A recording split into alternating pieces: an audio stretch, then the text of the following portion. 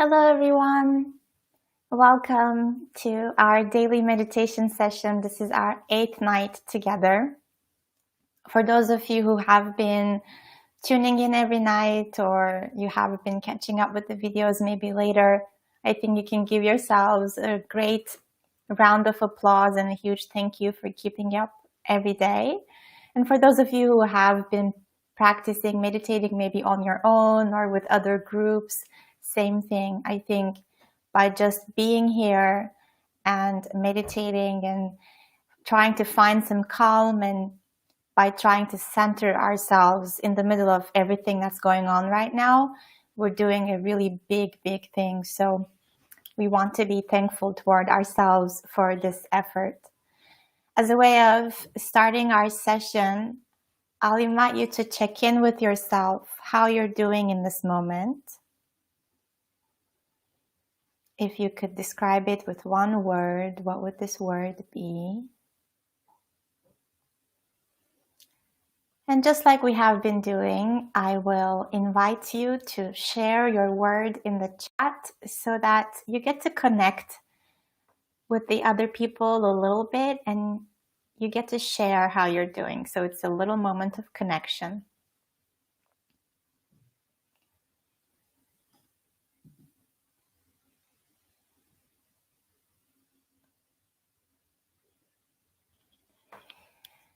So the practice we will do tonight is called calling on your future self. This concept of future self is one I really cherish in mindfulness, especially right now, but I think in any moment, in any given day, our mind gets a little jumpy sometimes. It goes to the future and it starts thinking, what will happen if this and that happens? This kind of what if thinking, creating future scenarios. And in those scenarios, we sometimes discount for the fact that we will be wiser and more experienced in the future. Clearly, we don't know what the future holds, but there's one thing we can assume is that as time goes by, especially if we keep up our practice, if we continue evolving, we will be wiser and more equipped to deal with whatever is going on. And we know this from our interactions with old people, right? Someone who might be really old in their old age, they have seen all kinds of experiences in their lives. They have this sense of understanding the struggle, maybe with a smile on their face. You can imagine this grandma or this grandpa kind of looking at you and understanding your struggle and still having this really caring and compassionate heart and this sense of calm. They're not holding on to you tightly. They're letting you have your ride. They're letting you do your thing while watching you or while being there for you, caring for you. And there is this beautiful story I would like to read to you that I think illustrates this future self or this wiser, older, more awakened sense of self. It's from this book called A Fearless Heart. So this is going to be the second book I recommend to you to be reading during this time. It's by Thupten Jinpa, who was for many long years the translator of the Dalai Lama and who himself has also contributed in many great ways to the research that was done on compassion. In fact, the subtitle of the book is How the Courage to be Compassionate Can Transform Our Lives. This book is really easy to read as well, and it has lots of little gems. And there is this one story that I would like to read to you right now. It's just a few pages, 2 pages, that I think will illustrate this really well. So it begins, in 1981, when I was 22 years old, an opening in Chinese policy inside Tibet made it possible for my maternal grandmother to come to Kathmandu, Nepal, along with 2 of my aunts and an uncle. My grandmother was already in her late 80s then. Unaware that my mother had been dead for many years, she sent a message asking my mother and my uncle, the 2 of her children who had escaped to India in 1959, to meet her and her family in Kathmandu. When my uncle suggested that I accompany him as the eldest of my mother's 3 children, I said no. The last thing I wanted to do was to interrupt my studies at the monastery and travel all the way from South India to Kathmandu to meet someone I had never ever seen before. A few days after my uncle left, I received a stern telegram from my monastery teacher, who also happened to be visiting Nepal at the time. My teacher's telegram read something like this: "Come immediately, stop. Don't be foolish, stop. If you don't see grandma this time, you will regret all life, stop. Confirm departure, stop." I did end up going, but only grudgingly at first. Meeting my grandmother brought home powerfully how my initial refusal came from a part of me that was the least kind. It came from a place of excessive self-preoccupation, where I was being driven by an obsession with efficiency, in this case my studies at the monastery, that closed me to other possibilities of life's blessings. And there was arrogance in it. Clearly, I had not thought about what the reunion could mean to my grandmother, who would be learning of the death of her own daughter, my mother. As it turned out, this trip to Kathmandu was one of the most memorable experiences of my life. The long journey from South India to Kathmandu, 3 days by train, to the last major town before the Nepalese border, and then a day-long bus ride through some of the most impressive landscapes of the Himalayan region, offered one of the most reflective times I experienced as a young man.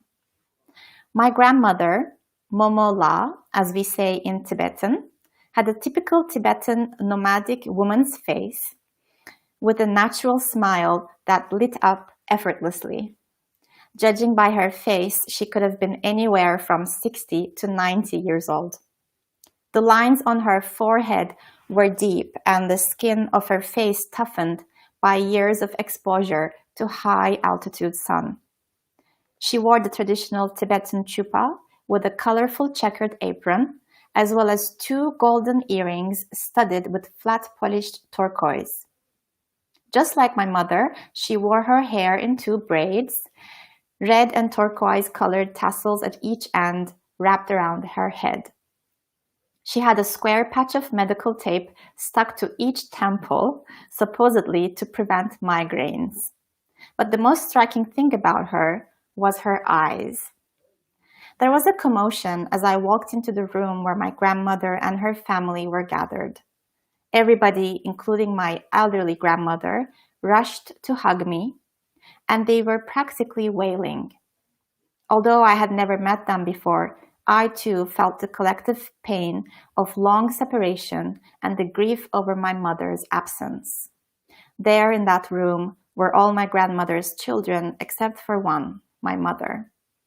Once things calmed down, there was a long pause of silence, which was strangely peaceful and comforting.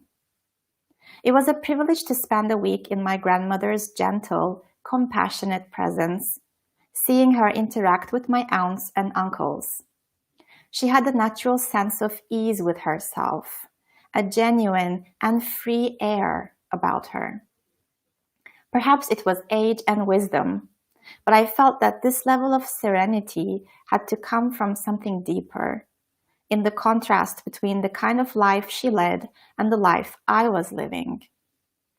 Despite us both being Tibetans, our 2 lives were totally different. She was an uneducated, illiterate woman, while I was a student of Buddhist thought trained in the famed Tibetan debating tradition and through my command of English had access to the outside world. Yet my grandmother felt sorry for me. I could see it in her eyes. I was then a restless, ambitious monk, rarely living in the present, always glancing into the future. Sensing my grandmother's compassion, seeing the profound beauty of a person so comfortable in her skin that she was completely at ease with herself and open to the people around her, right then and there, I started to wonder what I'd lost in the course of becoming educated and obsessed with performance, efficiency, and progress.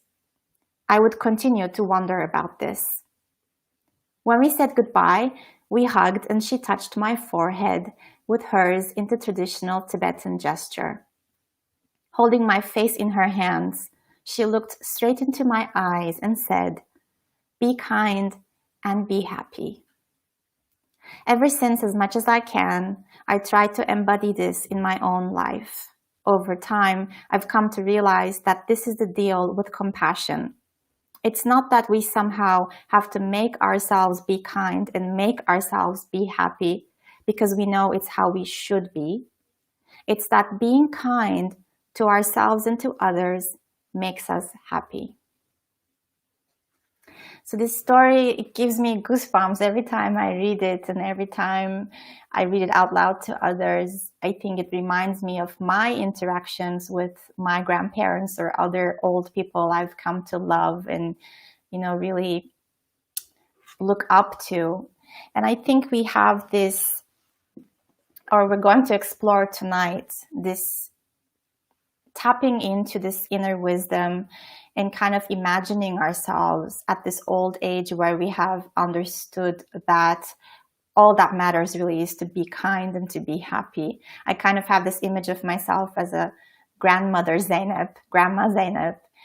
And even in that imagination, I often see how I would be so much more tender and soft and slow, and understanding that that is within me today. And I can tap into it. I can access it. I don't have to wait until I'm 90 years old is really helpful. Ultimately, this is a practice in really opening up our perspective, which is the first pillar of joy that Dalai Lama and Desmond Tutu outline for us in this book I was talking about the other night. And this exercise of finding a larger perspective apparently is most often found in astronauts who go into the space and look at the Earth as a pale blue dot. And that exercise, that action just puts their own lives into a much better perspective. Apparently this has a name. It's called the overview effect. And we can open up perspective not just in distance, but also in time. So again, from this book, The Book of Joy, the astronomer Sir Martin Reyes explains that our Earth will exist for an equivalent amount of time it has taken us to go from one-celled organisms to human beings. So really, we haven't completed our evolution. Maybe we're not even halfway through our evolution. And if we can look at what's happening right now from this long view, we might be able to find so much more space in that. So let's get started. I'll invite you to find a posture in which you feel comfortable and awake. So you want to be both relaxed and awake so that we can support ourselves for this short 10-minute sit we will do together. And you can also be standing if you feel like standing posture will be more helpful.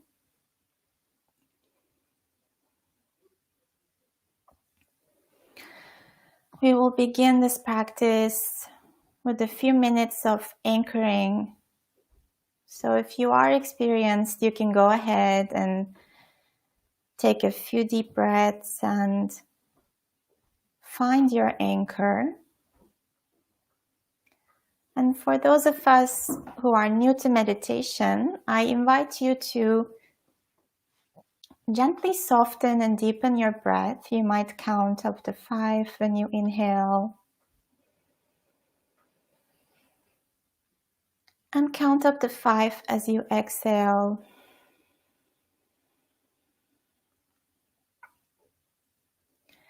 And continue this for a few more times. And each time you exhale, just relaxing the body a little bit more, releasing the tension in your shoulders, in your hands, in your face. Each exhale, letting go. And finding a sweet and kind and simple presence in this moment, here and now.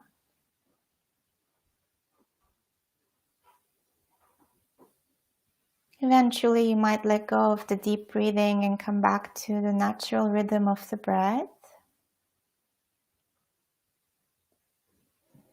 And you might find a place in your body where you can observe each in-breath and each out-breath. Or if the breath is not a comfortable place for you, you can choose to keep your attention on the sounds around you or on your body as a whole.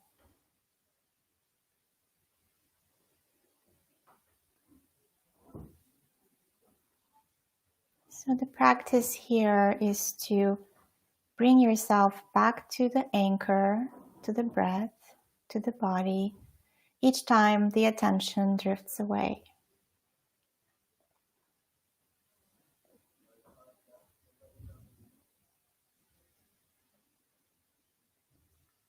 And having a kind heart in this moment of coming back. Not judging yourself, not criticizing yourself for the fact that your attention went away.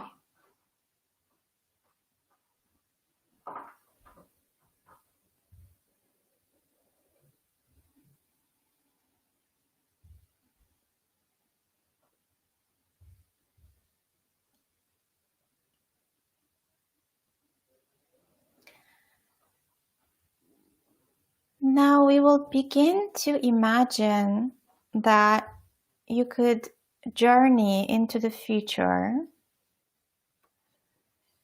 maybe 5 years into the future, or 10 or 20, or maybe even more, really widening the time perspective.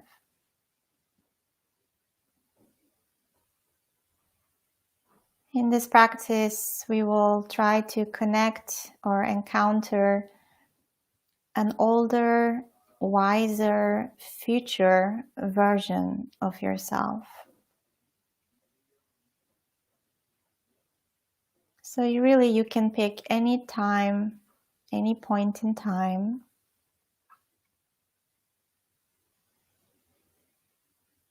And we're going to be visualizing this future self as your most awakened heart and mind.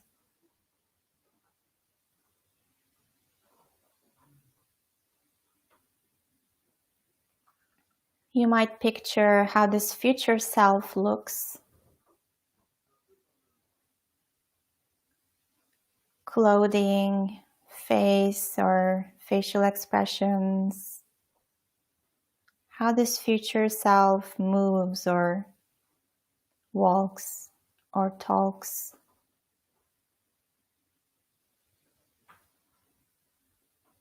Noticing the quality of their presence.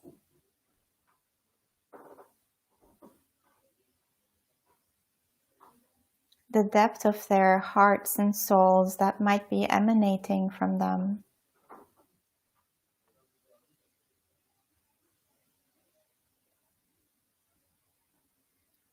And also noticing their eyes. As we heard in the story,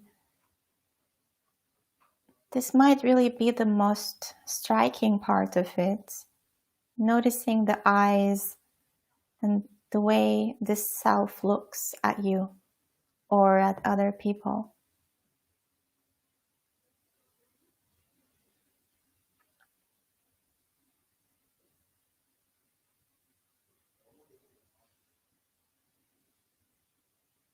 and noticing what most touches you about the quality of their presence.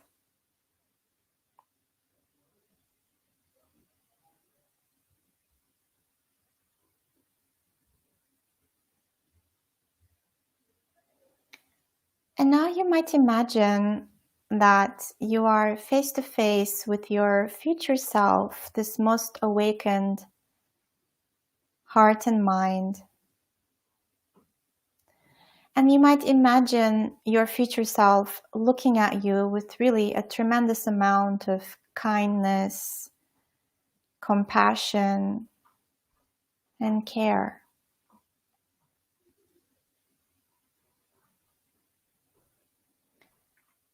And you might sense that you're letting your future self know about your current experiences, your current difficulties, struggles, and suffering.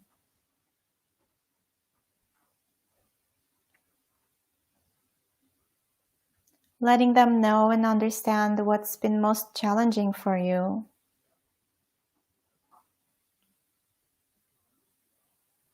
Where you feel most stuck or uncertain or afraid.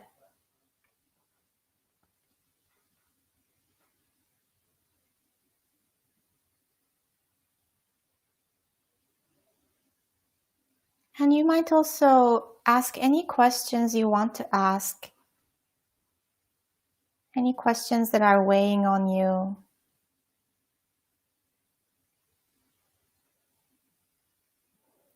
And then listen with an open heart to any answer this future self might give you.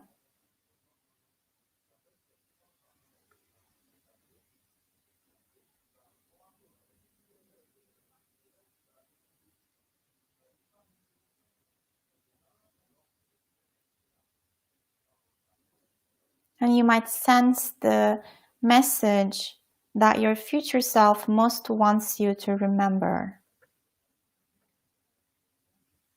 Something to take away, something you can turn towards when you are struggling.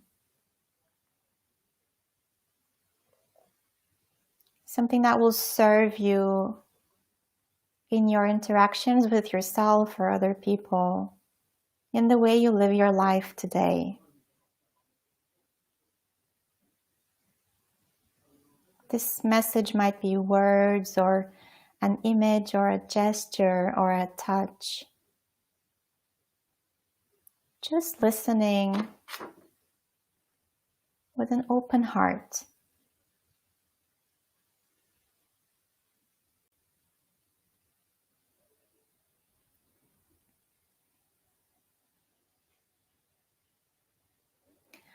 And now for the last moments of this practice, you might imagine that this wisdom and kindness and happiness of your future self really fills you, fills up your entire body. You might relax in this wisdom, you might bask in it, you might really explore what it means to enjoy it. Enjoy that this energy or this wisdom or this heart and mind space already exists in you today.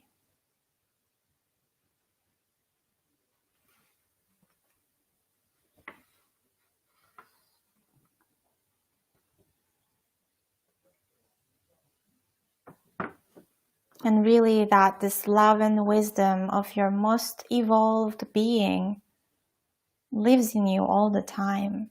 It's there for you to tap into it, to access it.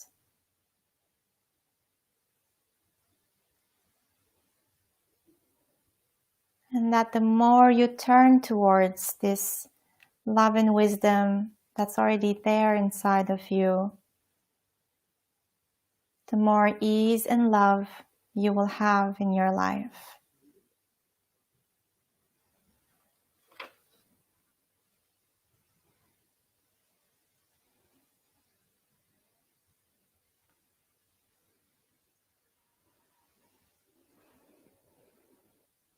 So just taking a few more moments here to relax and to notice the qualities of your presence in this moment.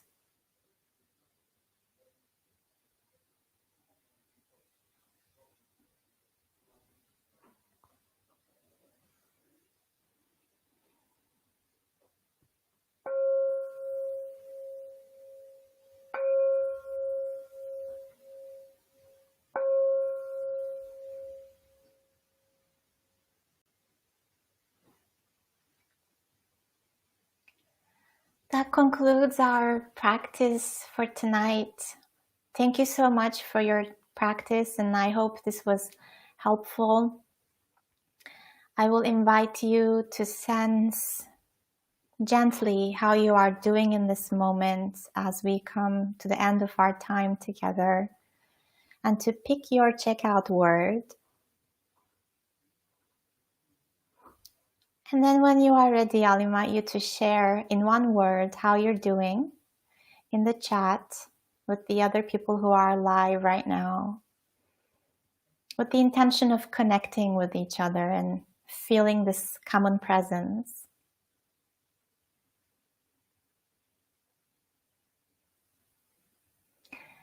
As you know, all of the meditations we have been doing up until this moment are on YouTube, so you can revisit any of them, and I would highly encourage for you to practice and re-practice the ones that really spoke to you, because this is how our mindfulness deepens. Thank you so much, and see you tomorrow evening at the same time, 7:30 p.m. Paris time, for another live meditation session together. Take care, be well, and have a great start to your week tomorrow.